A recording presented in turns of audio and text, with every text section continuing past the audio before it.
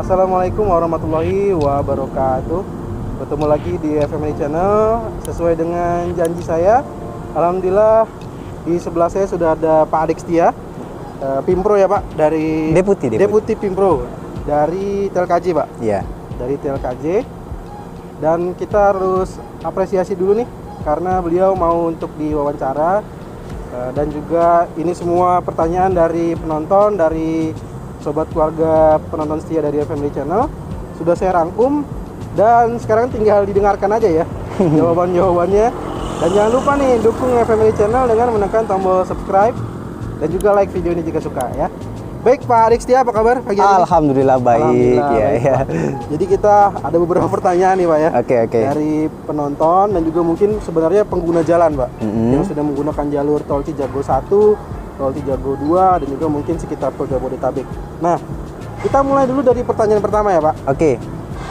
Pertanyaan pertama adalah terkait dengan gerbang tol Kukusan 3 dan Kukusan 4 yang kebetulan saat ini kita sedang berada di area ini. Ya.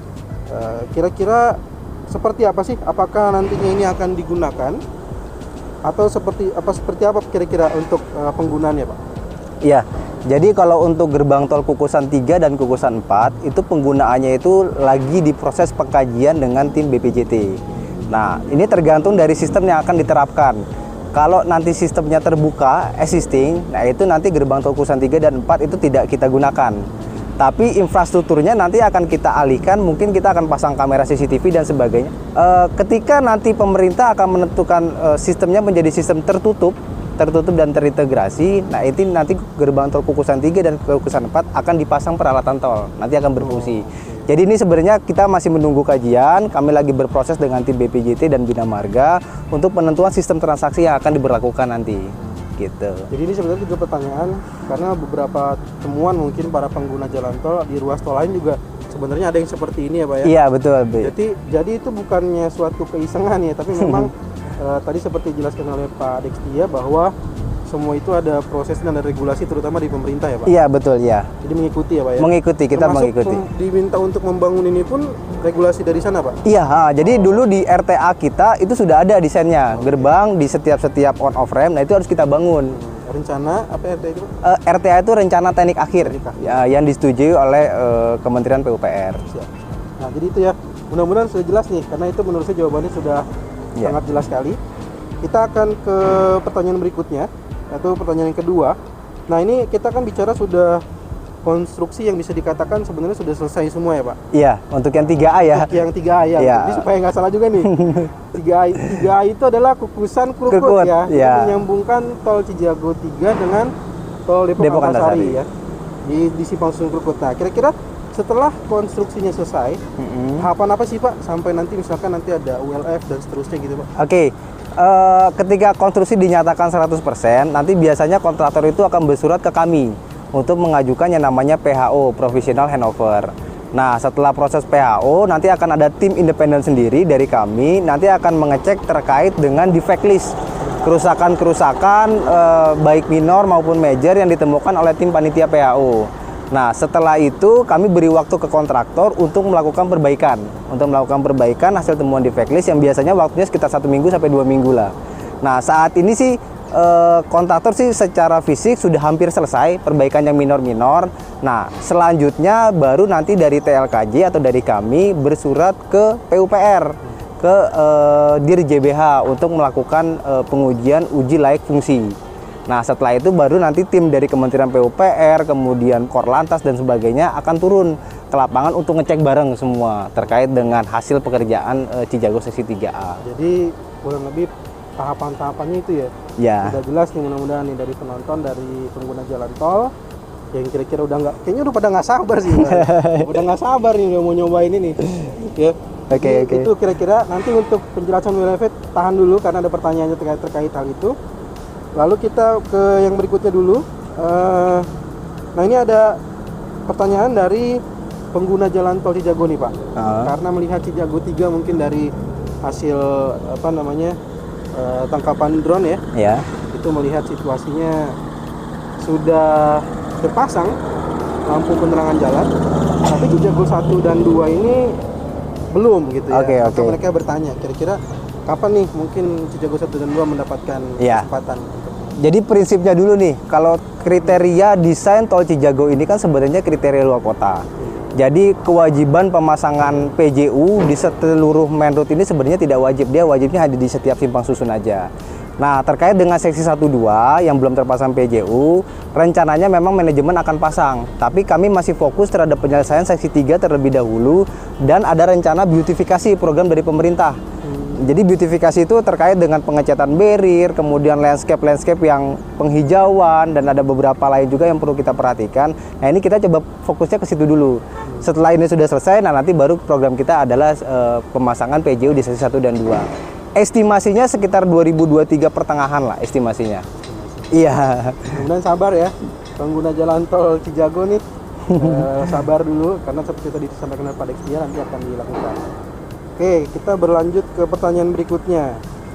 Nah ini Pak, kita kan berada di kukusan 3. Nah pertanyaannya adalah di kukusan 4 ini Pak. Oke. Kira-kira apakah sudah ada gambaran untuk pengaturan lalu lintas di sana? Apakah nanti akan ada lampu merah atau kira-kira akan seperti apa untuk kondisi di sana? Jadi untuk yang keluar kukusan 4 off-ramp itu kan berdasarkan hasil kajian Anda lalin. Dan kebetulan itu sudah di-approve oleh Pemda. Dalam hal ini adalah di Sub Kota Depok. Nah, kajiannya adalah kalau keluar off-ramp kukusan, nanti harus belok kiri dulu. Jadi nggak bisa langsung direct ke kanan, jadi nggak ada lampu merah.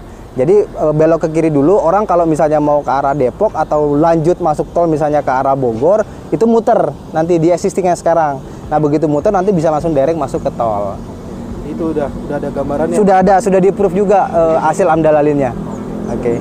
Itu udah, jawabannya sudah jelas menurut saya. Kita lanjut ke pertanyaan berikutnya nih Pak. Nah, berapa tarif tol Cijago 3? Apakah akan ada satu tarif integrasi? Katanya agar tidak kemahalan. Karena bandinginnya jor 2 dengan jor 1 nih Pak. Iya. Ini mungkin perlu dijelasin nih kayaknya. Biar ada ininya, ada apa nih?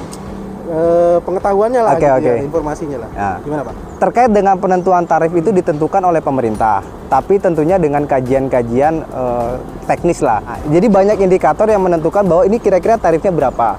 Tapi call-nya ini ditentukan oleh regulator, selaku ini adalah Kementerian PUPR. Jadi bukan PUJ itu sendiri? kita nggak bisa menentukan secara sendiri, mandiri gitu, nggak bisa. Berarti sampai saat ini pun Bapak sendiri nggak tahu tarif tolnya berapa? Nggak tahu. Karena masih dalam pengkajian. Betul. Iya. Saya selalu menjawab pertanyaan tersebut bahwa ditanya kira-kira berapa tarifnya, nggak bisa kita kira-kira. Iya, nggak bisa kira-kira. Karena penentuan itu dari kementerian langsung. Betul. Gitu. Dan ada kajiannya yang tadi saya sampaikan. Jadi sabar dulu lah ya. Yang mau tahu tarifnya, maka ditunggu aja, biasanya mendekati pengoperasian ya Pak. Biasanya ya H-1 udah ada pemberitahuan tarif plus kapan mau dibuka, biasanya gitu ya Pak? Belum tentu juga, tergantung juga. Tergantung dari pemerintah. Bisa aja nih ketika 3A-nya udah dibuka, bisa aja ya. Untuk yang 3A sendiri itu non tarif, bisa aja. Gratis dulu. Tapi untuk yang 3A doang gitu kan. Karena seksi 1-2-nya kan udah existing, kan harus bayar. Tapi ini juga bisa cepet, bisa lama gitu kan. Tapi uji coba gratis pun ditentukan oleh pemerintah. Kita akan lanjut ke pertanyaan berikutnya. Nah, kenapa perpindahan dari tol Cijago ke tol Depok Antasari di Simpang Susun Krukut ya, ataupun arah sebaliknya nih Pak, dari Desari menuju ke Krukut gitu ya, perlu ada gerbang tol? Nah gini, jadi Desari ini kan sistem transaksinya kan sekarang sudah existing, sudah terbangun lah ya. Dan Cijago untuk seksi 1-2 kan juga sudah ada. Nah, kenapa perlu gerbang? Saya coba simulasikan begini. Orang kalau dari Antasari bayar kan sekitar 8.000 ya. Nah, ketika masuk Cijago, kalau nggak ada gerbang, nanti dia akan hilang nih. Jadi nggak bayar masuk tol Cijagonya, akan ada hilang pendapatan untuk tol Cijago. Nah, makanya perlu ada gate. Jadi ketika gate ini terbangun, nah gate ini nanti fungsinya untuk membayar tol Cijago. Ya gitu ya. Begitu juga sebaliknya. Begitu juga sebaliknya. Nah, kalau dari arah Kukusan misalnya kan Kukusan kan tidak ada transaksi masuk. Betul. Nah, begitu dia mau masuk tol Depok Antasari, dia harus bayar dulu untuk tol Cijago. Untuk tol Cijago nanti akan bayar juga untuk tol Depok Antasari. Gitu. Kemungkinan nanti akan terintegrasi gitu ya. Untuk yang tol dengan tol Depok Antasari. Jadi memang di situ gerbang tol karena memang beda pengelola tol. Beda pengelola, iya betul. Sistem transaksinya juga beda. Betul. Karena berdekatan orang kan berpikirnya sama aja gitu.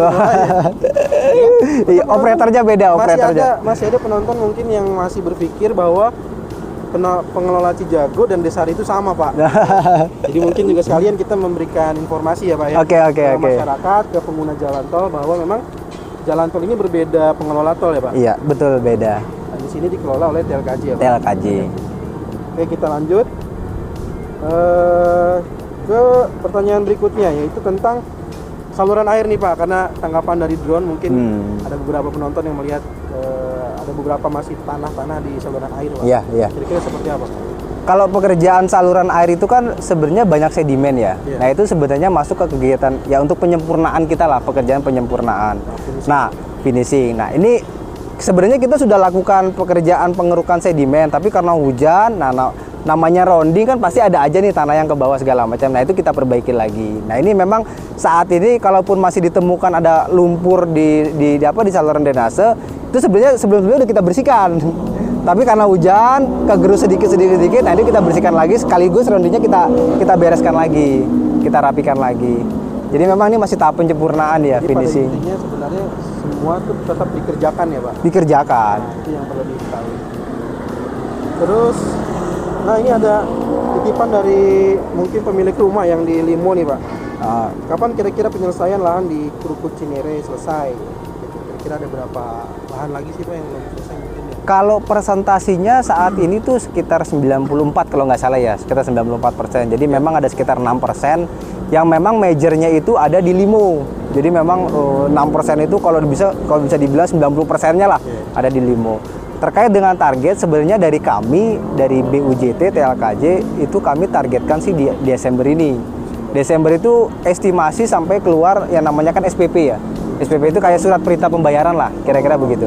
Nah, nanti pembayaran estimasi sekitar 1 bulan kalau dikeluarkan oleh pemerintah, dalam hal ini adalah Elman. Nah, jadi estimasi ya namanya, estimasi kan bisa kalau lebih cepat ya kita senang, tapi kalau lebih lama ya lebih cepat lagi gitu. Nah, ini estimasi Januari 2023 lah. Baik.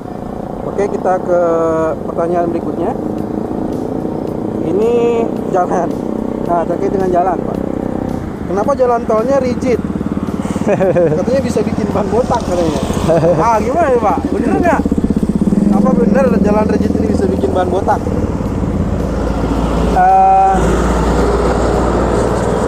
Saya malah baru tahu ini kalau jalan rigid. Jadi penentuan jalan rigid atau kalau kita istilahnya terkenalnya jalan aspal lah ya. Kalau istilah teknisnya itu jalan flexible pavement. Jadi flexible pavement. Jadi penentuan rigid dan fleksibel itu tergantung dari hasil kajian tanah dasar.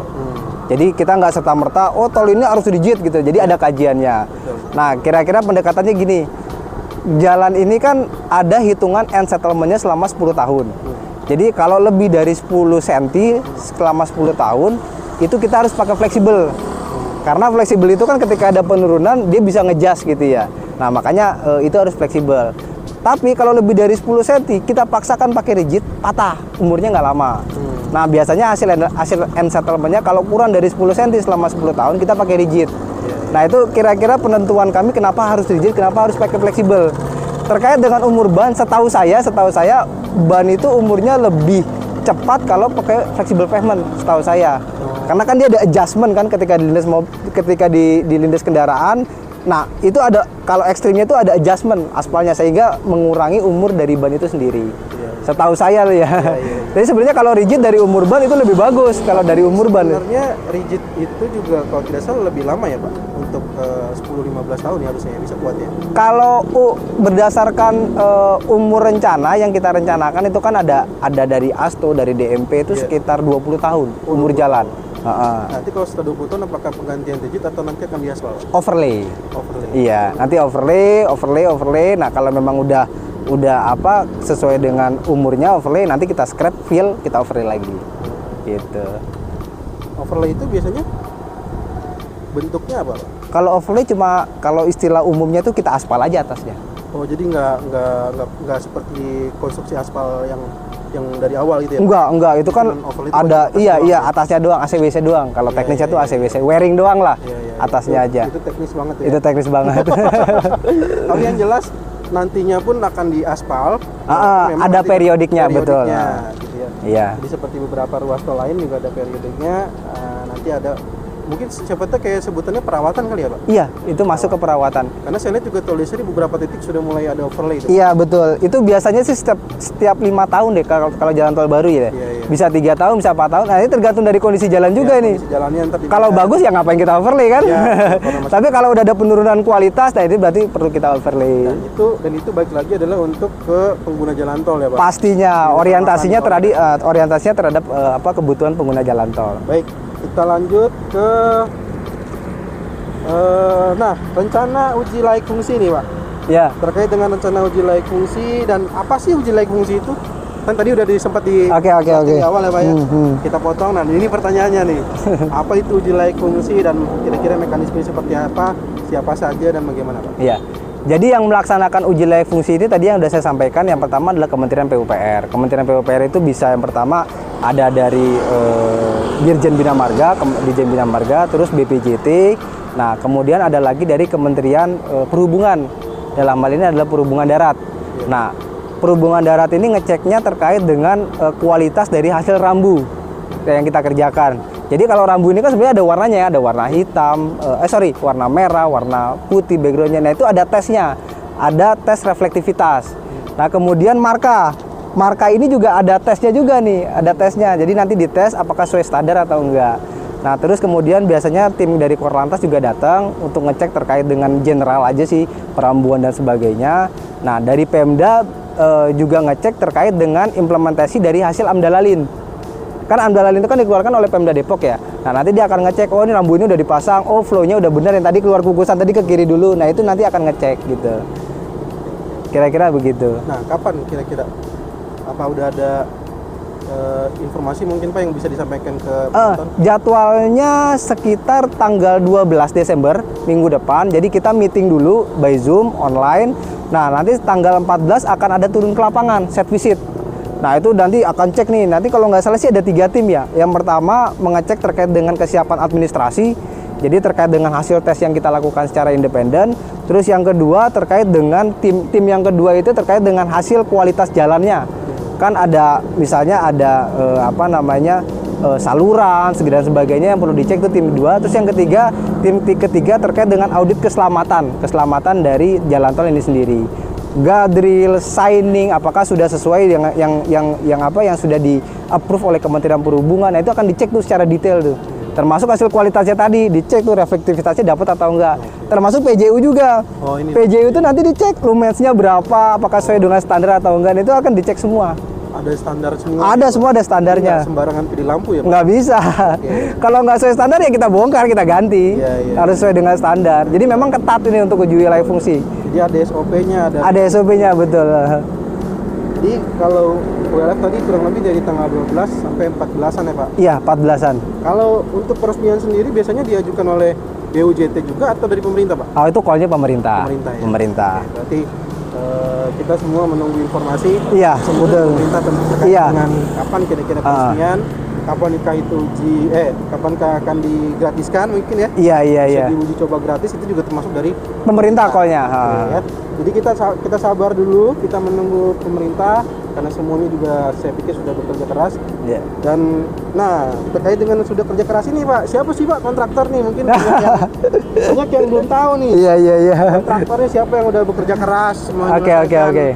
Cijago 3. Oke. Ya. Kalau kontraktor Cijago 3 ini adalah joint operation ya, antara PP Presisi dengan LMA. Nah, mereka lingkupnya itu mengerjakan dari kukusan nanti sampai ketemu dengan limu. Kalau saat ini kan kita baru kukusan sampai kerukut ya, yang kita sebut dengan 3A. Nah, nanti 3B selanjutnya. Nah, kontraktornya ini ya joint operation sih antara KSO, antara PP Presisi dan LMA. Jadi anak perusahaannya PP, LMA anak perusahaannya PP Presisi. Jadi keluarga iya. Jadi berdua ini menyelesaikan atau mengerjakan konstruksi yang ada di sini ya Pak? Iya betul. Kira-kira gimana kinerjanya Pak dengan kerjasama KSO ini? Oh ya kalau kinerja saya kira luar biasa ya kinerja ya, baik dari PPRE maupun dengan LMA.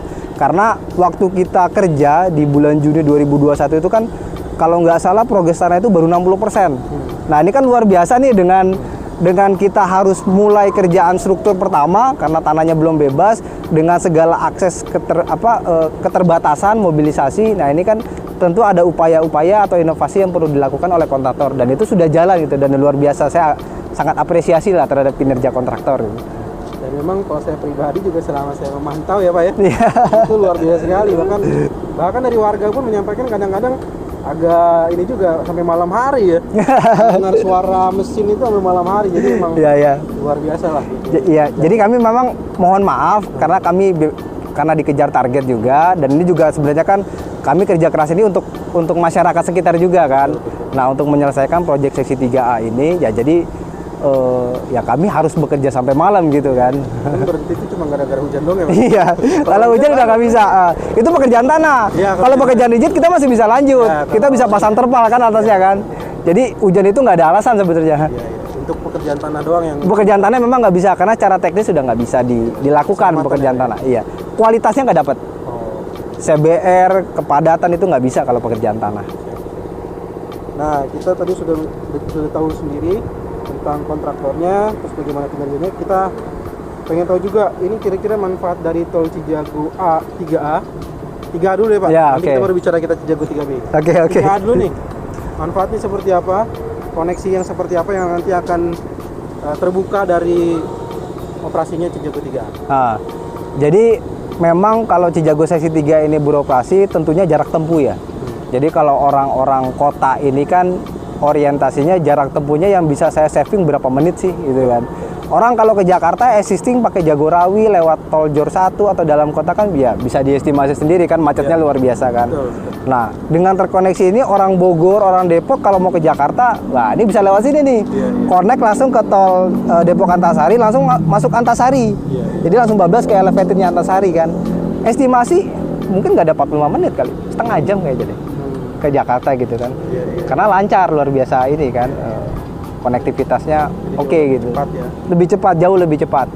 Jadi sebenarnya koneksinya itu bagi warga Bekasi ya.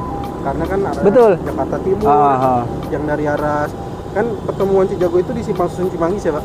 Iya, betul. Ujungnya ya, Pak? Iya. Karena bisa dari sana, bisa dari Jagorawi. Betul, dari Bogor. Iya, dari Bogor. Nah, itu bisa menggunakan karena memang biasanya macetnya itu di Tol Cibubur, Rambutan, Pasar Rebo, dalam kota apalagi kan. Jadi ini alternatif kalau di sananya sudah peak kondisinya, nah ini bisa melewat sini. Karena kebetulan saya dulu pernah jadi warga Bogor, Pak. Nah, gitu ya. Sekali saya menggunakan jalur itu.